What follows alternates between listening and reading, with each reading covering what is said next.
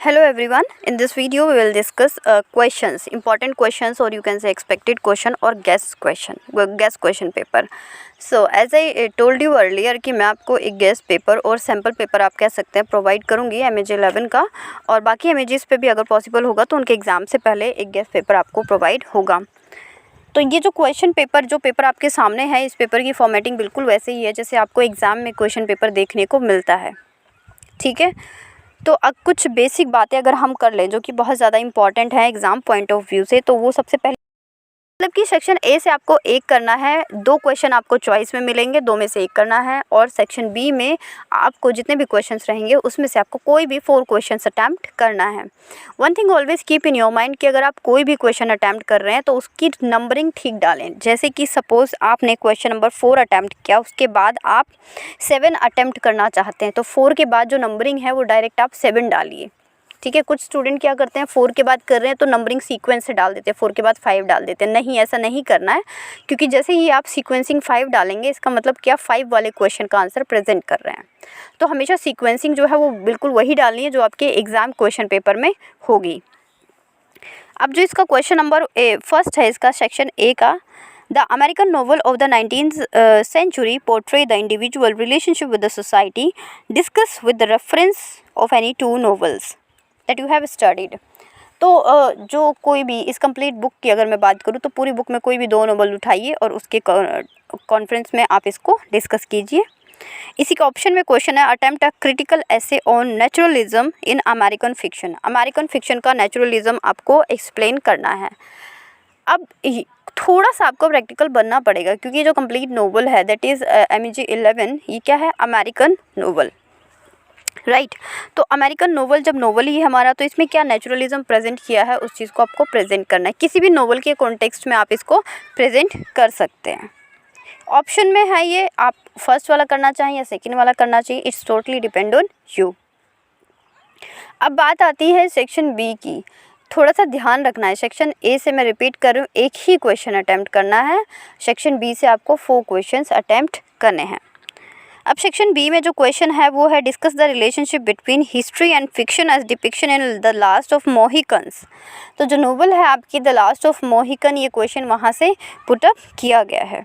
Next है examine Sister Carrie as a novel of ideas.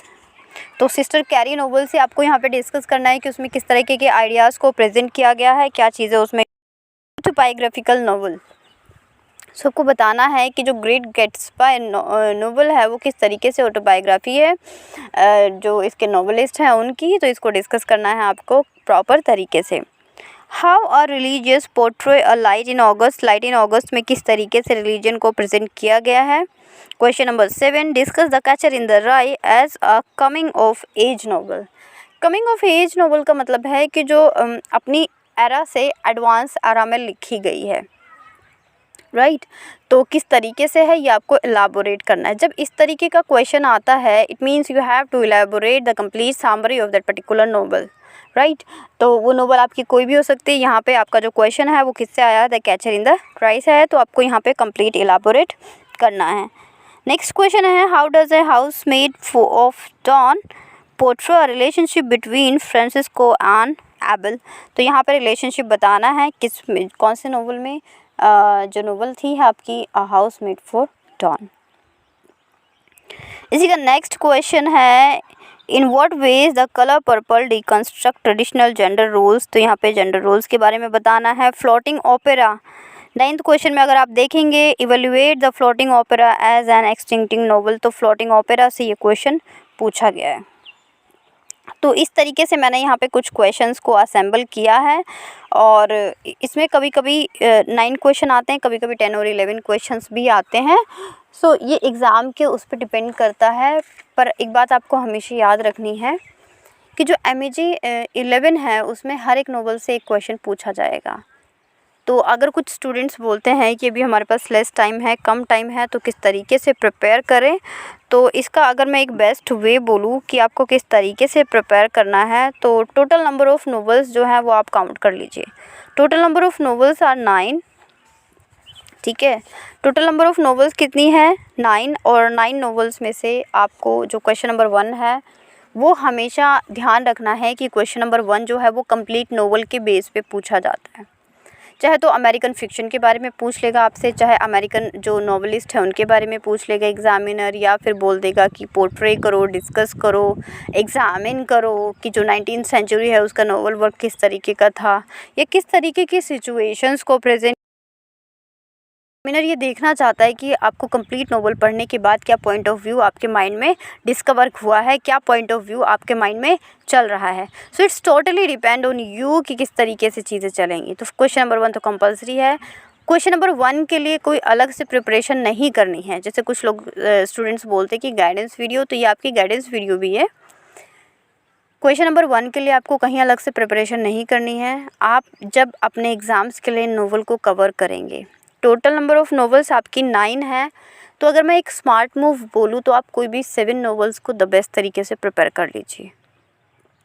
ठीक है, 7 नोवेल्स को जब आप प्रिपेयर करेंगे तो आपका जो सेक्शन ए है वो भी कवर हो जाएगा, क्योंकि 7 नोवेल्स को पढ़ने के बाद आपके माइंड पे एक इमेज ज़रूर बन जाएगी कि किस तरीके से जो अमेरिकन नोवेल है या फिर जो अमेरिकन नोवेलिस्ट है उन्होंने किस तरीके से अपने वर्क को पोर्ट्रे किया है और किस चीज़ को उन्होंने हाईलाइट किया है।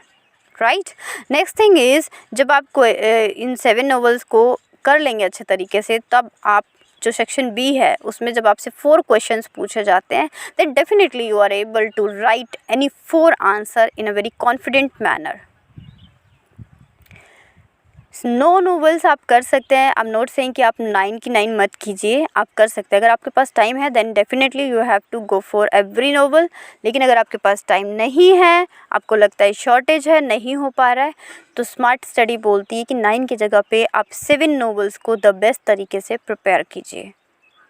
आपका एग्ज़ाम 100% आई एम श्योर कि आप सारे क्वेश्चंस एलाबोरेट कर पाएंगे, डिस्कस कर पाएंगे, लिख पाएंगे। ठीक है, तो ये तो बात हुई कितने पेजेस में लिखना है। This is also a important topic. तो ऐसा मैंने पहले भी वीडियोस में डिस्कस किया है कि पहले जो आपको शीट्स मिलती हैं वहाँ पे लिखने के लिए, उसको काउंट कीजिए वो कितनी हैं, 20 हैं, 25 हैं, 30 हैं, और उसके अकॉर्डिंग अपने आंसर को प्रेजेंट कीजिए। सपोज़ आपको 20 पेजेस की शीट मिली है और आपको 5 क्वेश्चंस अटैम्प्ट करना है, it means you have to cover every answer in 4 pages. आपको अपने जो शीट्स हैं वो क्वेश्चन के अकॉर्डिंग डिवाइड करनी है। एग्जाम्पल के लिए अगर आपको 30 पेजेस की शीट मिलती है तो आप 6 पेज का एक आंसर लिखेंगे। अब अगर 28 पेजेस की एक शीट मिलती है तब क्या करेंगे? ऐसा भी एक स्टूडेंट ने पूछा कि 28 पेजेस की अगर शीट मिलती है तो हम क्या करेंगे, क्योंकि 6 पेजेस तो हो नहीं पाएंगे। तो आप क्या करेंगे, स्टार्टिंग के 3 आंसर्स को आप 6 पेजेस का कर लीजिए, बाकी के 2 आंसर्स को आप 5 पेजेस का कर लीजिए। ठीक है, तो इस तरीके से एक प्रॉपर वे में करेंगे। अब आप बोल रहे होंगे कि मैं पेजेस पे क्यों फोकस कर रही हूँ। सी, इग्नू में कंटेंट भी चाहिए और क्वालिटी भी चाहिए, मतलब क्वांटिटी और क्वालिटी दोनों चाहिए इग्नू को। जो एग्ज़ामिनर है वो ये भी देखेगा कि जो आपने कंटेंट लिखा है वो ठीक है कि नहीं है। साइड बाय साइड वो ये भी देखेगा कि जो आपकी राइटिंग कैपेसिटी है, जो कैपेबिलिटी है, आप कितना लिख सकते हैं, कितना एलाबोरेटिंग हैं आप। As you know you all are literature students, तो लिटरेचर स्टूडेंट्स से एक्सपेक्ट किया जाता है कि वो उनका जो राइटिंग वर्क है वो भी बहुत ज़्यादा फ्लुएंट हो और बहुत ज़्यादा लिख सकें, वो एलाबोरेटिव हो।